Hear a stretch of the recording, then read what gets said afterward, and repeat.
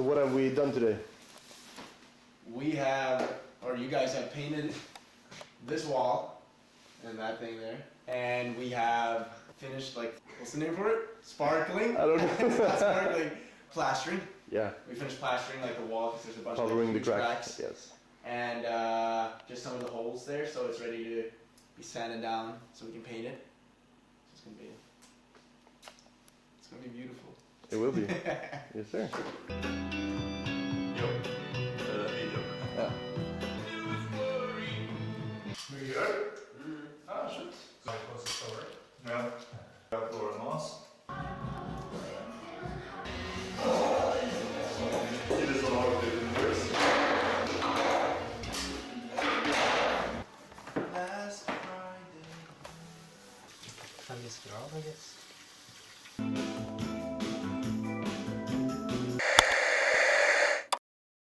Welcome back to another YouTube video.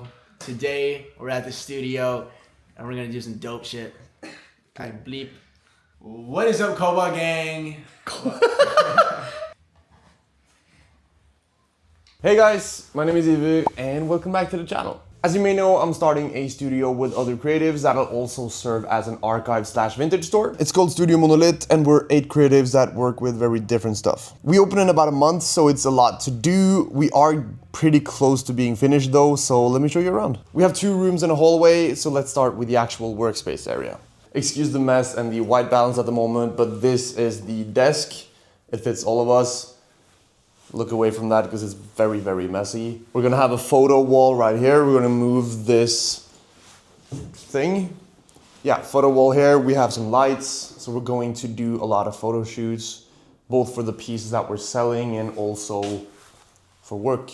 So it's a space where we can do a lot of like hands-on creative stuff, like photo shoots. We can also just sit and work with video stuff, graphic design, whatever we do. Now let me show you the fun part, the actual store. So this is the part of the space that actually is going to be available to customers. So if you're Oslo based, come have a look when it's open. You'll find more info on that for sure. And then of course the actual clothing. Like I said, we are 8 creatives that brought our own stuff and some like sourced stuff as well. So there's definitely something for everyone and there's a lot of beautiful pieces, which is cool. But let me show you the pieces that I've brought and then in the end, I'll also show you some pieces that I didn't bring, that someone else brought, but I think are really cool. Starting with the kimono, the 1920s one, you might have seen this on my Instagram. This is absolutely incredible. 100 years old at this point, indigo dyed. It's a 100-year-old kimono. What more do I need to say? It's one of a kind for sure. Then I brought a perfect shearling coat. This one is from Western Germany. So it's pretty old, in very good condition. On the topic of shearling though, we have this beautiful vest. This is absolutely gorgeous. This one, I'm like, I wouldn't say I'm on the fence, but like if I had to keep one of the pieces for my own wardrobe, this would probably be the one. But I do think I have to sell it. Because if you watched my recent video, you know that I'm trying to clean up my wardrobe and my style. And selling pieces, even if it's sad, is how to do that. Then we have my tank top. It's decent. I know Will from the studio wants this one. This one, I believe 70s, like Snoopy, California, 3/4 sleeve thing. Really fun fabric, like it's super light, breathable, a bit stretchy. It's a nice one. Then a ringer tee. Ringer tees just fit like perfection, you know this. If this one was black, I would just keep it for myself. I think this one is a 70s one as well. I'm not 100% sure on that, but I do believe so. Then we have my 2 Scarface or Sopranos polos, I guess. This one is knitted and absolutely incredible. This one is equally incredible, but it's not knitted. These fit perfectly if you're a bit more on the muscular side. For summer, these ones, like in Italy, imagine that. Almost makes me want to keep them. Then I decided to get rid of this Western-inspired shirt from 1978, made by a tailor in San Francisco. I'm keeping the pink one, believe it or not, because I do prefer the fabric on that one, plus it's a bit more faded at the collar. Incredible. It's just a bit too loose-fitting for me. I like my shirts a bit slimmer these days, but then like loose-fitting pants, like these ones. And yeah, the Acne Studio snakeskin shirt, of course. This one is absolutely incredible. If you have the style for this one, like a bit more of a rock starry style, like these ones I used to wear with my Boland's banana cuts, really nice combo. Now it doesn't really work with my wardrobe anymore. The buttons are incredible on this. Let's try to zoom in on that one. Beautiful, right? But yeah, letting it go. And then we're also selling the chore jacket that I have. This one is a 60s, I believe, 60s or 70s. Nice fabric. It looks like it used to be like a deep purple, but very much sun faded and washed. A nice piece. You can probably see a theme though, like these pieces are beautiful, but they don't fit in my actual wardrobe these days. So it's better that someone else gets some wear out of them, I guess. The next one is probably my absolute favorite of all of the stuff that I brought, and that is my 50s university varsity varsity jacket, I guess. Corduroy, like burgundy wine red corduroy, charcoal ribbing. Like this thing is really, really cool. Let me show you how it looks on body, because this one is real special. And like I said, like if you live in Norway and you want any of these pieces, drop by the store. We're gonna open on 4th of May, I think. You get me? Incredible piece. Perfect, like cinching in into the waist. Definitely a bit sad to see this one go, but I tried it on with like the stuff that I wear the most these days, and there was just something that made me go, I'm not gonna use that, so I'll sell it. Then we have a very red 1973 varsity, more of a classic varsity. For sure not my style these days, but when I bought this, I wore it every single day, even during summer if I could. Incredible piece. Not too sad to see it go, because someone will love this one. Then we have a full suit, very much Armani-esque. It just didn't fit me right, like due to my thighs and everything. The jacket fits pretty well. But for someone that is a bit shorter than me, this thing fits like a glove. Like William tried it and Little Wag tried it, fit them really well. This one is really something special, double-breasted as well. Peak lapel, huge lapels, not much more to say. Then my Houndstooth Harris tweed jacket. Single-breasted, but very nice lapels. Let me show you this one actually, because this is a good jacket. It is just a bit short in the arms for me if I'm not wearing a shirt underneath. You get me? Just a tiny bit short, like this. Not right. But the shoulders are incredible on it. I love the lapel, but it has to go. Dior sunglasses. They're good and beautiful, but I don't wear them. Then we have the Studio Nicholson jeans. Loose fitting, I released the hem on them, but they're blue. I only wear black pretty much. Yeah, they fit really well, very Japanese. Then the last piece is this kilt, like a Scottish kilt. I bought this to have over pants, never did it, not my thing, even though I thought it could be, but it's beautiful. Now let me show you some of the pieces that aren't mine, that are also incredible. First, this jacket from Officine Creative. I don't actually know how to pronounce it. Beautiful piece. I might have to get this from William in any way, shape, or form, because this thing fits so well. Like I would wear this so much. The leather is good. It is a tiny bit short on the arms, but not much. Like if it was a traditional leather jacket, it wouldn't be short, but just because it's meant to like hang over your hands, it might be, but I might have to steal this from William. Then I'll show these two as one, I guess. Two avant-garde jackets. Very avant-garde, even too much for me, but they are very nice. I like this one the most. This one I could wear. This one with all of the hanging stuff is a bit too much for me, but nice pieces. Then we have this one, another leather jacket, but the leather quality and texture is really nice. It is an Avirex Type G1, like a bomber jacket, incredible. All of the jackets so far have been Williams. And then we also have this Acne Studios jacket. I don't know, do you know whose that is? Is it yours? Yeah. Okay.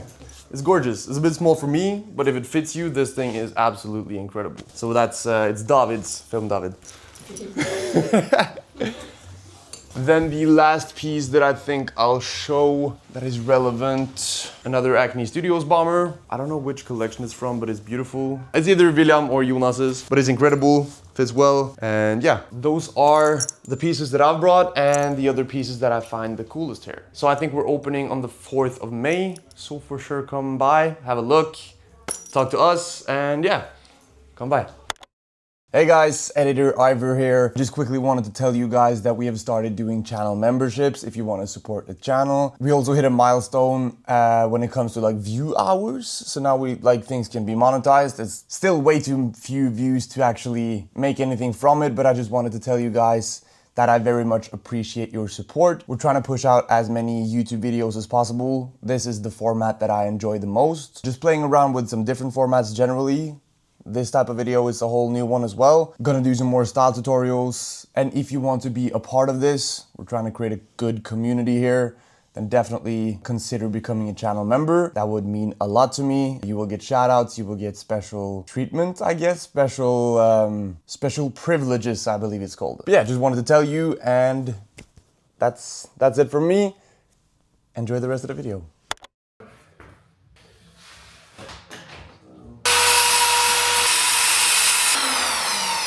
Blink the eye. I asked you guys on Instagram stories to drop some questions if you wanted them answered in a YouTube video, and here we go. I got some pastries, she's here, and I'm gonna answer some questions. Let's start with a fun one from an actual friend of mine, one of the guys who I'm sharing a studio space with. He's called Elias Juppejupiter on Instagram. He asks, would you rather lose 2 fingers on one hand or never wear Rick Owens again? I think the answer is pretty easy. Lose 2 fingers, of course. Of course, I wouldn't cut off 2 fingers, but the fun question, I think, is which fingers would I cut off? We had this discussion on the way over here, right? Yeah. And I think, I don't know. Do you want to be like this? I do wear like my rings on my bottom 2 fingers, so maybe I would remove like this. I don't know, but you do need your thumb though, and you kind of need your Yeah. So you need you might have to keep these 2. Or like lose these 2 instead, but then your finger looks almost alien-like. I think would do the alien thing.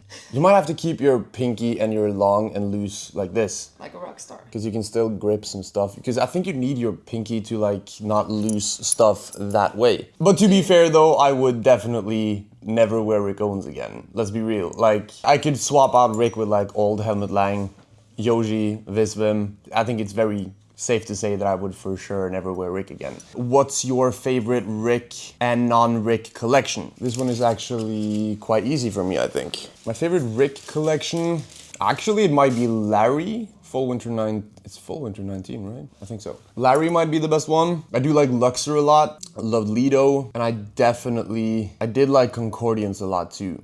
I think Larry or maybe even Glitter. Yeah, so Fall Winter, I think Larry is Fall Winter 19 and Glitter is Fall Winter 17. One of those 2 maybe, but I do like Rick like after 2016. That's when he did the best. Like Dirt is good as well, SS18.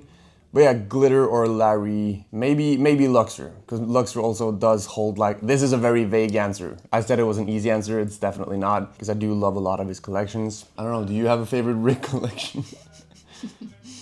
No. She does not, trust me. Favorite non-Rick collection, I think, is let me find it. It's a Helmut Lang collection. I am struggling to actually find the year of it. Now, you know what? It is the Helmut Lang collection. I'll show the photo here over her head. Just to be rude. I remember I watched the Anti-Fashion in the 90s documentary, and that was just absolute perfection to me. I've watched it a million times. I believe it might be 1998. Not 100% sure. If it's not Rick, it's that. Easily. Next question. When did you get into Rick? What was the first piece and where did you get the money for it? I've always admired his work, but like when my style was a bit different, when I was like getting into fashion, Rick wouldn't really fit into my wardrobe. But I like admired his work since maybe 2016. I know the first piece that I bought was the Rick Owens Ramones. Dark Shadow Ramones, like canvas Ramones. Loved them. I think they were the first piece. Bought them in maybe either 2020 or 2021. Had them for a couple of years, sold them quite recently. But yeah, they were the first piece. Where did I get the money for it? Usually what I do is like, I had a year where I splurged way too much money on clothing. 2023, I guess, which was stupid. But like now when I need something, I might just like sell other stuff that I have to buy the new stuff. So like usually I fund new pieces with selling other pieces instead of like I do definitely put in some money, but not even nearly as much as I did back then, which is nice because then you have money for other stuff. But yeah, that pretty much answers that. Tips to wearing all black in summer. I think it's all about fabrics. Wear silks, wear like cupros, viscose, natural fibers. Wool is surprisingly good as well. Linen is nice. It's all about the fabrics. I don't think like everyone says black is like you're gonna get warm during summer and it'll heat you up and everything. I don't find that to be too true, at least not for me. I don't know about you. But yeah, good fabrics, light layers. Like in summer, you'll find me in my Rick Owens Geth Bellas, and then like the Rick Tank maybe, and just some tabbies, and I'll just walk around in that, and that is super chill. And I can wear that in over 30 degrees Celsius heat. It's not a problem. And yeah, I'd say just, yeah, light layers, fabrics, keep it simple. Don't layer too much during summer, you look like you're trying too hard. And yeah, keep it light. What was your first style of dressing? I was heavily into like the Kanye, the Yeezus era, like skinny jeans with Chelsea boots, a big hoodie or a bomber jacket, like everyone else probably was. I think that was like my first, like very much into fashion.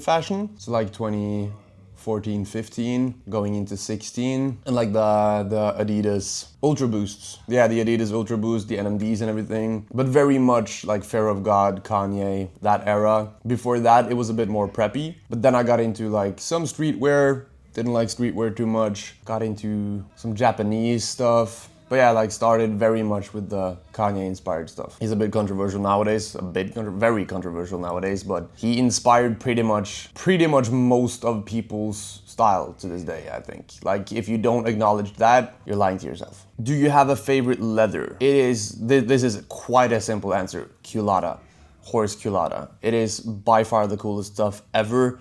Like my bag from Atelier Skin, follow him by the way, and my keychain from him are in culata, and it looks so insanely cool. Like you get these scarrings, I guess, which is cool, and you get a lot of details. What do you call it? Like happy accidents, I guess, with the leather. It just looks like scarred, looks worn.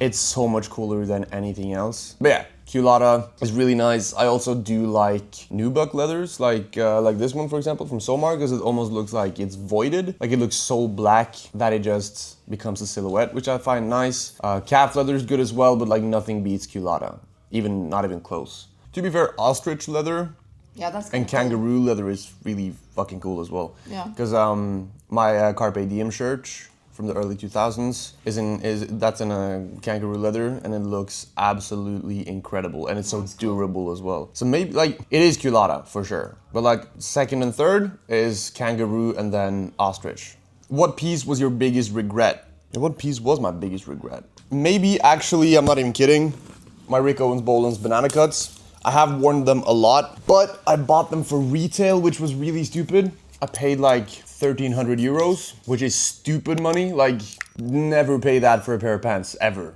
No matter if they're your grail or not. Like, you will find yourself regretting that a bit, because it's just stupid. Unless they're the only piece in the world you want, stay away from pieces that cost that much. I definitely, like I said, got a lot of wear out of them, but now I'm figuring out that like, I'm not gonna keep them in my wardrobe either, hence my last video. So yeah, definitely those. What kind of music bands are you into? That's a big question. Today actually, 1975.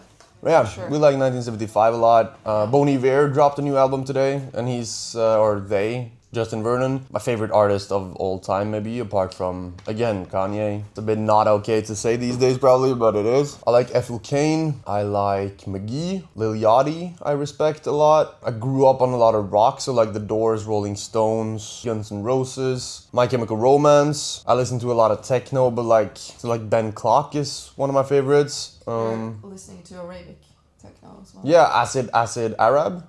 Incredible. Like, if you have not listened to them, they're like a French duo or trio, I think. Absolutely incredible. So good. I think that's pretty much it. But I listen to a lot of different stuff. Like I don't listen only to hip hop or only to rock. It's a lot of different stuff. But nowadays, like these last months, McGee and Ethel Cain have been my like go-to every day pretty much, especially Ethel Cain. Affordable brands you would recommend. This is gonna sound a bit douchey, but I wouldn't. Like if you're building your wardrobe, if you're very low on money, I would just go vintage. And if we're talking like dupes, then stay away from them. And if we're talking like affordable alternatives to, for example, Rick or avant-garde in general, what counts as affordable though? Because like if you want quality, you have to pay for it.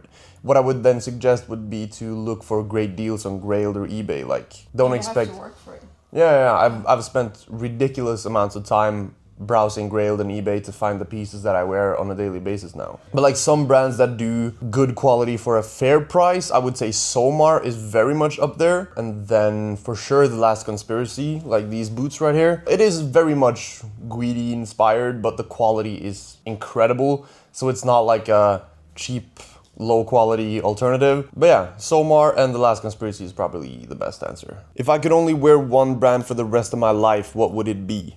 Is it Rick? For the rest of my life? yeah. That's a bit... Excuse the lighting, by the way. Someone's opening and closing their window as well. I think it is Rick, but I think that's a boring answer. Yoji would be one of them for sure. Carol Christian Puel or CCP is another great one, but he definitely makes his pants a bit too slim for me. But like apart from the pants, YSL? no, not forever, no. The suit. You can dye that suit. Yeah, but I wouldn't wear a suit every day. That's not me. To be fair, 90s Helmut Lang, I could wear forever. Let's say Rick, but if not Rick, then Helmut Lang. Best vintage piece in your closet. I think it's my MA1 bomber jacket, the green one. Maybe the t-shirt that I'm wearing. Actually, this is like a 50s vintage t-shirt. Fits like a baby tee.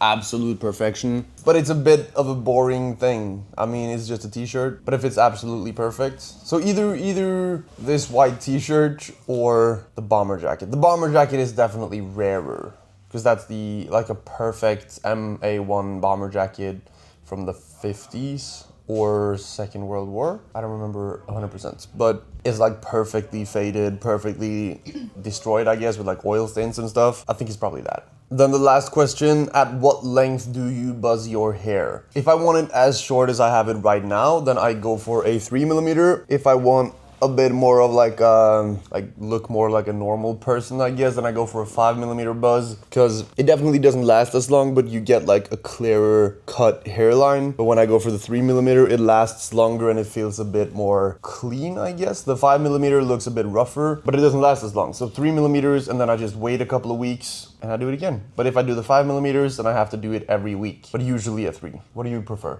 5. Yeah, she wants me to grow it out. That's not gonna happen. But yeah, that was the Q&A, because I've eaten my pastry and I've drank my Powerade. Hello again, editor Iver is back. I just remembered that I did not film an actual outro for the video, so I hope you enjoyed the video. Thank you so much for watching. Please consider subscribing and liking it. If you're still watching it, long video, I know, but if you are, I appreciate it a ton. But anyways, have a great rest of the day, and thanks for watching.